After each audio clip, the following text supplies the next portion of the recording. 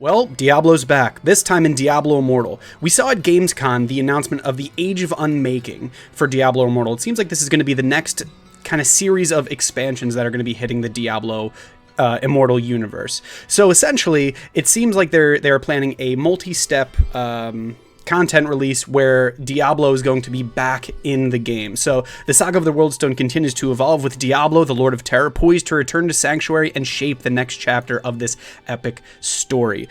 So here's the full release at Gamescom, or the full announcement at Gamescom, which I highly recommend everyone looks at. They kind of go over how they develop Hell Inquiry bosses, and kind of how they bring some of these bosses to life, which it looks like we're going to be seeing a bunch more of those in the future.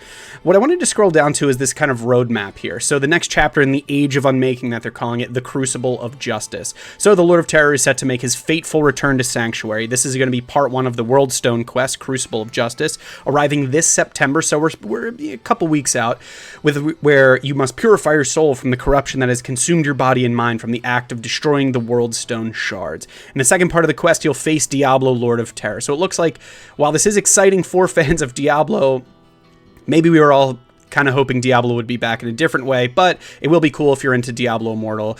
It looks like they do have this pretty cool kind of roadmap.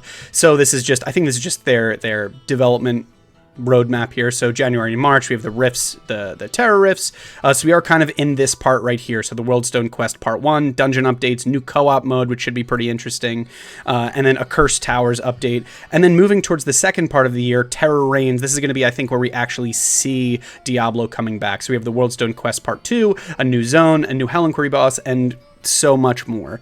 I think it's really cool that they're adding content to this game. I am excited to see what the future of this has to hold. I did try and jump back into Diablo Immortal a couple months ago, and it was kind of I'm not going to say it was a dead game, but it was definitely something where if you had been away from it for a little while, it was hard to jump right back into. That being said, I think this is going to be very interesting to try and bring some people back to Diablo Immortal. So to unlock Crucible of Justice, you'll need to complete the final quest of the Southern Dreadlands main quest, No Salvation. So the way that I'm reading this is that you have to beat the main story, or a big chunk of the campaign, to unlock this new content at the end.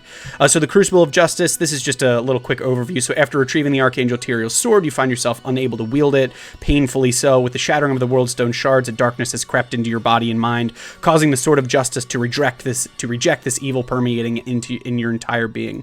So I do think it is really cool, just from like a lore perspective, where they're going with this. I'm really interested to see what's going to happen, and I'm curious to see what you guys think down below. Let me know what you're thinking. Is anyone still playing Diablo Immortal? I was thinking about trying it out. Let me know if you're still playing it. If you like this video, give it a like, and I'm going to be making more videos about Diablo news. This is going to be Diablo Immortal, Diablo 4, Diablo 2. So give me a subscribe if you like these kinds of videos, and I'll see you on the next one.